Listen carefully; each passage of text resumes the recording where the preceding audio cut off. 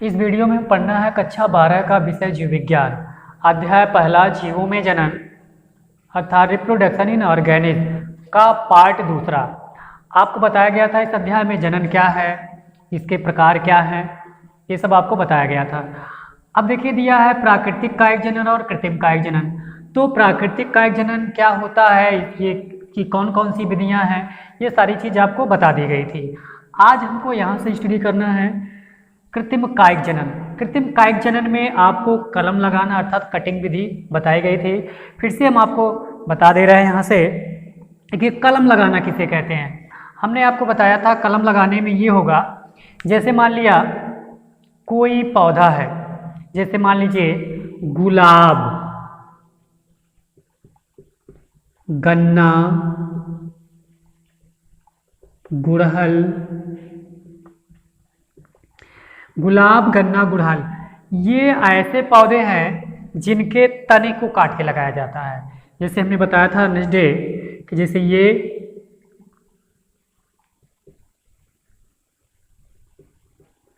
गन्ना है,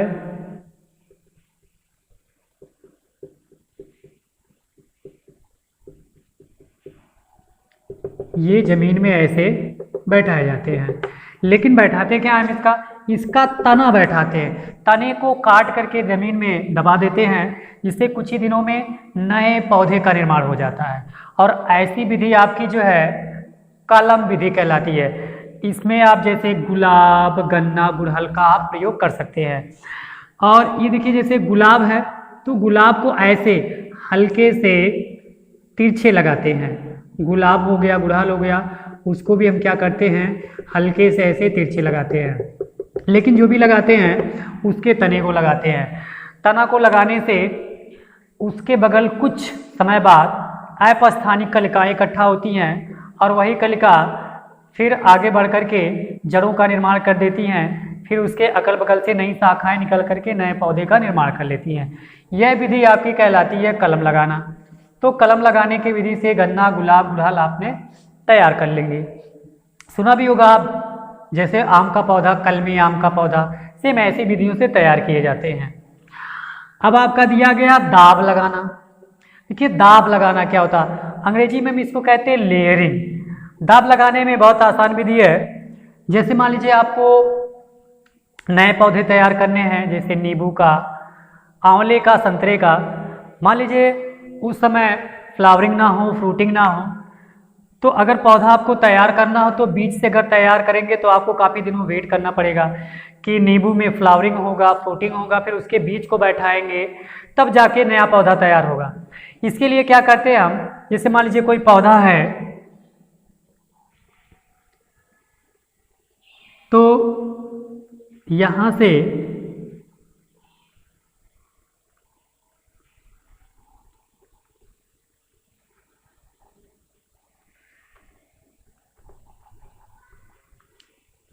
उस पौधे की शाखा को कुछ इस तरह जमीन में गड्ढे में जो है दबा के रख दिया जाता है, कुछ इस तरह से। और यहाँ पे कुछ ऐसा हुक टाइप लगा दिया जाता है ताकि पौधे की जो टहनी है वो बाहर ना निकले। अब देखिए ऐसा पौधा है तो टहनी पकड़ के ऐसे ले जा करके जमीन में दबा देंगे, ऊपर से मिट्टी दबा देते हैं, हुक भी लगा देते हैं, और यहाँ पे नमी वगैरह यानी पानी वगैरह डालते हैं जिससे नमी बना रहे। और ये इसकी पत्तियां हैं। कुछ समय बाद हम देखते हैं कि यहाँ से जो है यहाँ पे जड़ें निकल जाती हैं और फिर इन जड़ों को काट करके फिर हम इसको अलग भूमि में दबा देते हैं, जिससे नया पौधा तैयार हो जाता है। तो ये जो विधि होती है ये हमारी दाब विधि कहलाती है अर्थात लेयरिंग कहलाती है। जैसे कि मान लिया जाए ये पौधा है गुड़हल का, तो इसमें हम करेंगे क्या, अब है तो गुड़हल का, लेकिन गुड़हल में भी होता है, आप गुलाब में भी कर सकते हैं और नींबू में भी कर सकते हैं, आंवला, संतरा, चकोतरा में भी कर सकते हैं। करना क्या, जैसे मान लीजिए ये आपका पौधा है, इससे हमें नया पौधा बनाना है, तो इसमें क्या करते, इसको देखिए एक बार यहाँ से और एक बार यहाँ से, ये तो पत्ती है, लेकिन इस पौधे की टहनी को, या मान लीजिए एक बार यहाँ से एक बार यहाँ से, ऐसे हम कर देते हैं। उसके बाद फिर यहाँ पे क्या करते हैं, मिट्टी का लेप लगा देते हैं। मिट्टी का लेप लगाने के बाद यहाँ सूती कपड़े से बांध दिया जाता है। बांधने के बाद समय समय पर हम वहाँ पे पानी डालते हैं और कुछ समय बाद देखते हैं कि यहाँ से जड़ें निकल जाती हैं और फिर इस जड़ों को यहाँ से काट करके फिर हम नया पौधा तैयार कर लेते हैं। देखिए ये भी हमारा पौधा बच जाता है, ये भी बन जाता है, तो इससे हम नए पौधे का निर्माण कर लेते हैं। यह विधि आपकी कहलाती है दाब लगाना। अब देखिए आपका दिया गया है गूटी बंधन। जो गूटी बंधन है, ये गूटी बंधन बड़े पौधे पर किया जाता है, जैसे आम हो, नीम हो, शीशम हो, पीपल हो, ऐसे बड़े पौधे पर किया जाता है। जैसे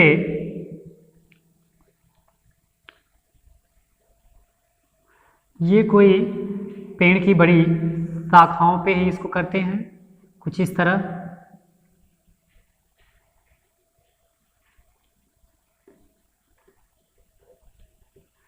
सबसे पहले इस तरह जो है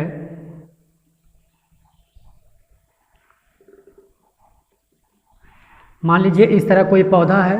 अब इससे हमको नया पौधा प्राप्त करना है, तो करते क्या है कि ये जो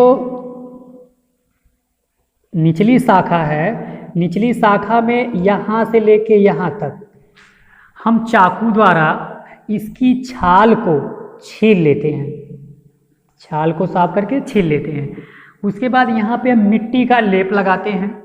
मिट्टी का लेप लगा करके यहाँ हम सूतरी से इसको ऐसे, सूतरी वाली रस्सी से ऐसे हम बांध देते हैं। ये है आपकी रस्सी, सूतरी की रस्सी, बांध देते हैं। उसके बाद इसी के ऊपरी वाली डाल पे हम मटका लगाते हैं। अब मटके को इस तरह, मटके में पानी भर के ऊपरी डाल पे हम टांग देते हैं और मटके के नीचे हल्का सा छिद्र करके ये जो रस्सी है उसको ले जा करके यहाँ हम लपेट देते हैं। अब इसमें जब पानी भरा रहता है तो ये पानी का निचला हिस्सा धीरे धीरे रिस करके इस टहनी पे नमी बनाए रहता है। तो जब नमी बनाया रहता है तो इससे कुछ ही समय बाद या कुछ दिनों बाद देखेंगे इस टहनी के अगल बगल नई शाखाएं निकल जाती हैं, नए तने निकल जाते हैं और इसको काट के फिर हम नया पौधा तैयार कर लेते हैं। तो ऐसी जो विधि होती है वो हमारी होती है गूटी बंधन, अर्थात गूटी विधि कहलाती है। फिर आपका दिया है शाखा बंधन। शाखा बंधन में क्या करते हैं, हम दो पौधे लेते हैं। एक तो होता है बेकार नस्ल का पौधा और एक होता आपका अच्छे नस्ल का पौधा। जैसे मान लिया जाए ये दो पौधे हैं। अब इन दो पौधों में ये वाला पौधा आपका बेकार नस्ल का पौधा है और ये वाला पौधा आपका अच्छे नस्ल का पौधा है।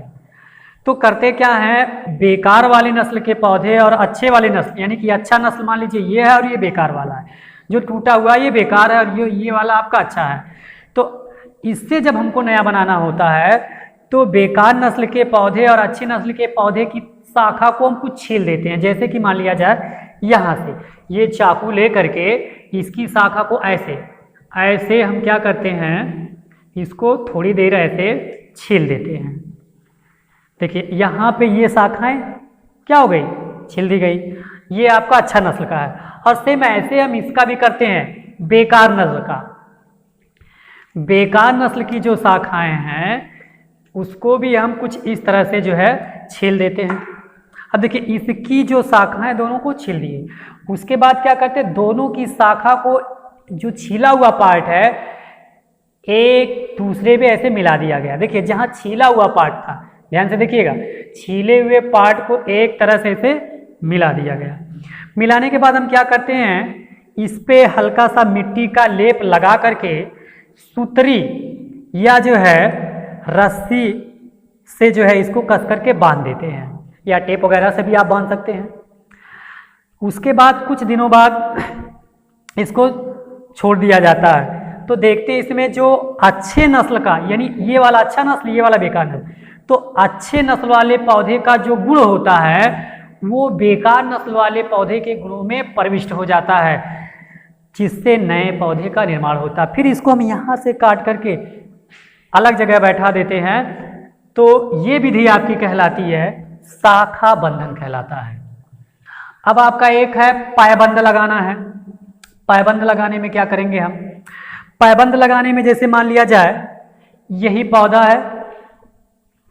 अब पायबंद लगाने में जैसे ये, इसको हमने काट लिया, देखिए ये पौधा था, इसका हमने काट लिया, ये अच्छे नस्ल का था, इसको काट लिया।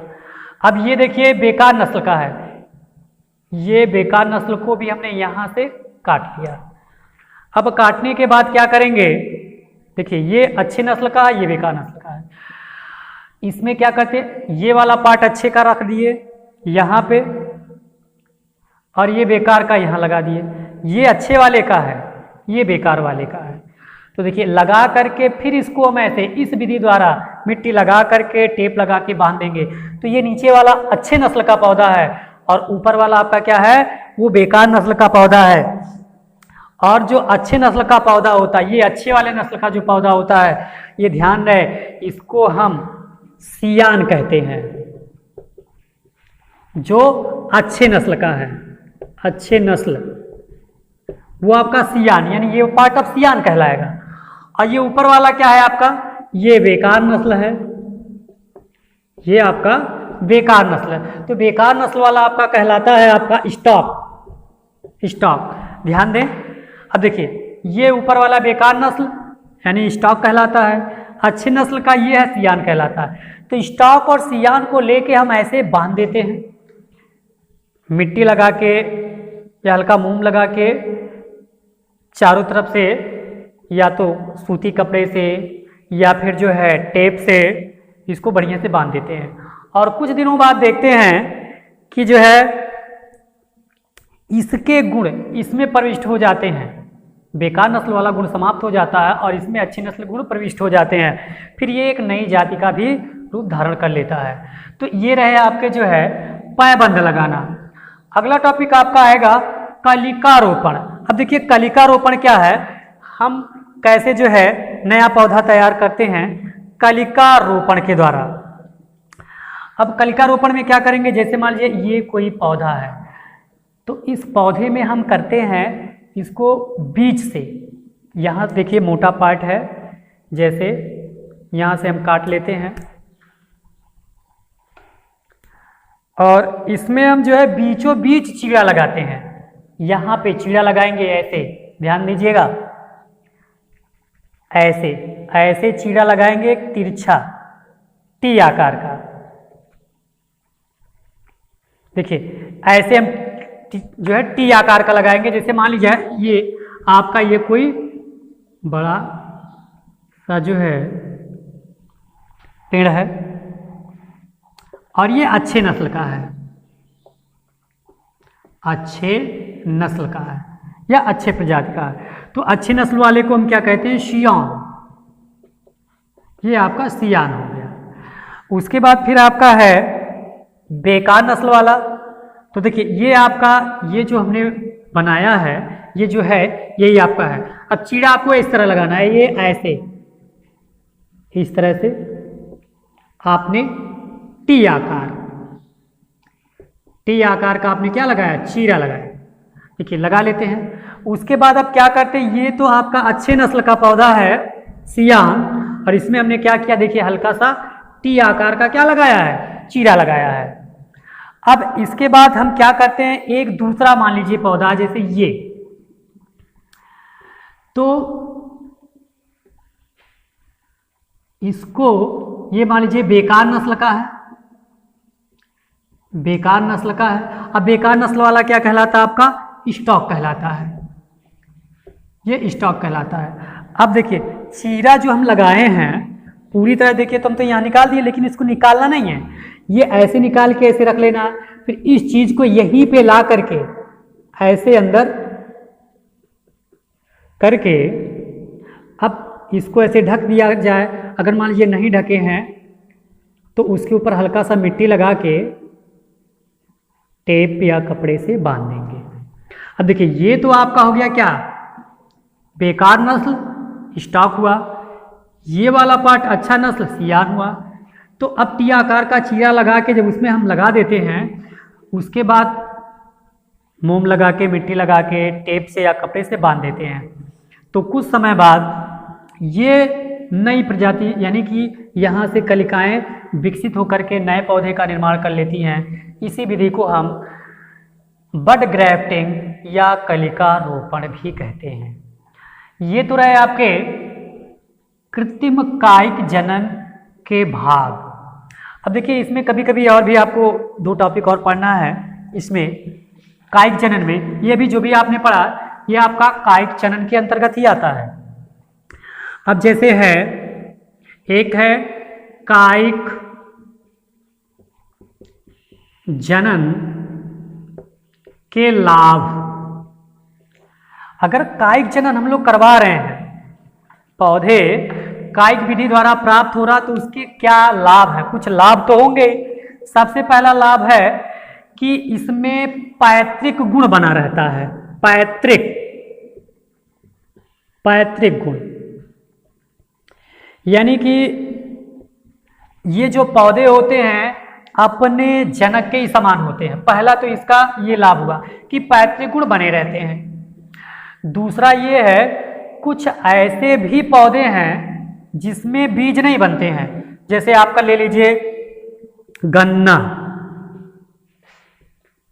अंगूर, गुड़हल, ये सब कुछ ऐसे पौधे जिसमें बीज नहीं बनते हैं। तो बीज रहित पौधों को कलम विधि द्वारा तैयार किया जाता है और यह जो है कायिक जनन की एक अच्छी और सस्ती विधि होती है। उसके बाद फिर तो पहला हो गया पैतृक गुणों का समावेश होता है, पैतृक गुण बने रहते हैं। और दूसरा आपका है कि जो है बीज रहित पौधे जैसे गुलाब, गन्ना, इसको जो है बीज की आवश्यकता ना होकर के कलम करके इसको बैठाया जा सकता है। ये इसके लाभ हो गए।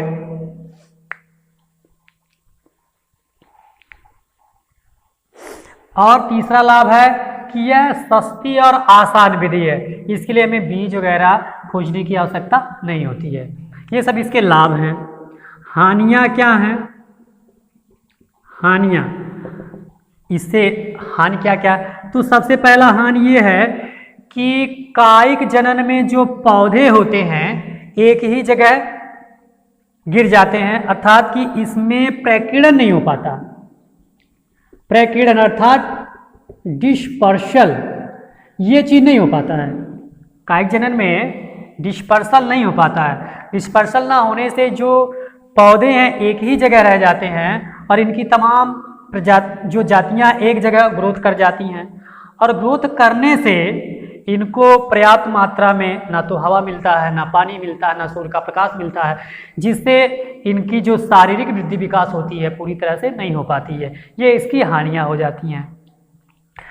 साथ में और ये है दूसरा पॉइंट, इसकी हानियां ये है कि इसमें जातियां जो है वो नई जातियों का विकास नहीं हो पाता है, क्योंकि कोई भी पौधा जब उसमें प्रकीर्णन होता है, डिस्पर्सल होता है, तो उससे नई जातियों का निर्माण होता है। लेकिन इसमें डिस्पर्सल ना होने के कारण इसमें नई जातियों का निर्माण भी नहीं हो पाता है। अगला ये है कि इसमें कुछ समय बाद, साथ इसमें है अगला कि कुछ समय बाद कायिक जनन में ह्रास होने लगता है, जिससे पौधे दुर्बल और कमजोर होने लगते हैं।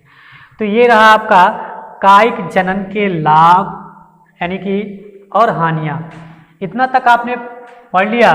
पहले पार्ट, दूसरे पार्ट में कायिक जो है जनन क्या है, उसके प्रकार क्या है, कायिक जनन के ये 2 भाग हो गए।